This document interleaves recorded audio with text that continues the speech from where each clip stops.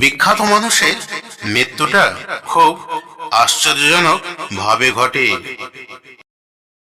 ভোর 3টের সময় মোরগের ডাক শুনে ঘুম থেকে না ওঠাই ভালো, কেননা ওই সময় দেবরাজ ইন্দ্র মোরগ সেজে অন্যের ক্ষতি করেছিলেন।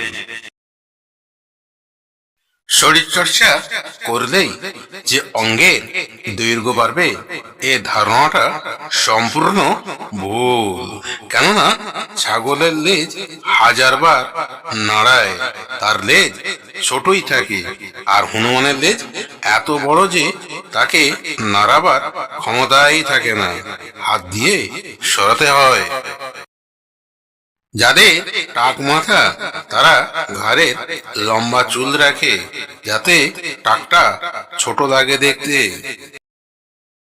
লোকে বলে চাঁদে কলঙ্ক আছে, চাঁদে যদি জল থাকতো তাহলে ওই কলঙ্ক কবেই মুছে যেত।